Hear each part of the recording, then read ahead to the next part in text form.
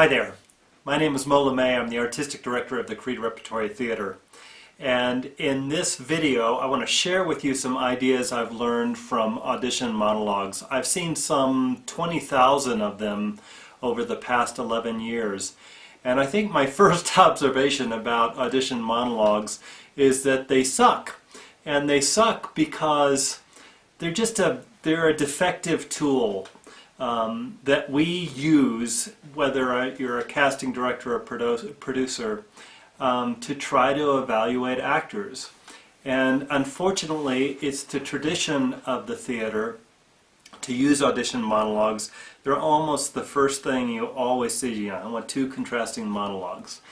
And I wish there was a different way to do this, but they do communicate some good information. And so I want to share with you what I think we're looking for from the casting director standpoint. So really, what you should be considering when you're picking a monologue, especially if you know what you're auditioning for, is that you're matching that monologue with the type of the role that you're auditioning for. So, if you're auditioning for a 19-year-old person, don't choose a monologue that's about your midlife crisis. So it's really useful to find a monologue that fits the type of the character you're looking at, the one that you're auditioning for.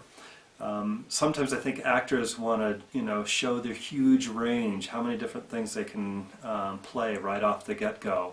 And that's actually not very helpful. I would say that's even more true in a general audition when you're auditioning for a bunch of companies, you don't know what part you're auditioning for. And in that instance, you really want to find a monologue that fits your own type pretty well, that fits the age range, the kind of demeanor you have, the sort of, the way the world sees you. You want that monologue to reflect that about you. And so I think when you are married as a type to the monologue type, you'll be much more successful.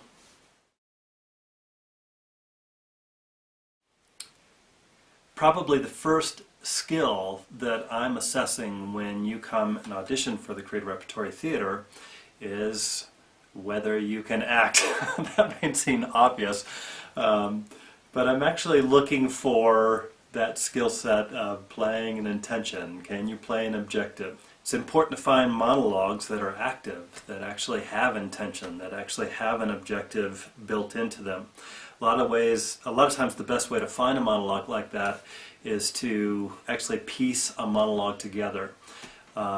Sometimes when you're looking in a script and you see that big chunk of text that is a monologue from a character, so frequently those are past tense stories and they tend to be reflective or contemplative, and they really aren't that active. So the first thing I'm looking for is a monologue, an actor who can play intention. And if that's not occurring, then I just won't consider you. The second thing that I'm looking for is, if you are playing intention, do you know how to play different tactics to get what you want? I think what's helpful is actually to invent a physical response. So whether they're turning away, or they're leaning towards you, or maybe they're raising an eyebrow, or whatever they might be doing, that you actually know what that imagined partner is doing so that you can respond to it specifically.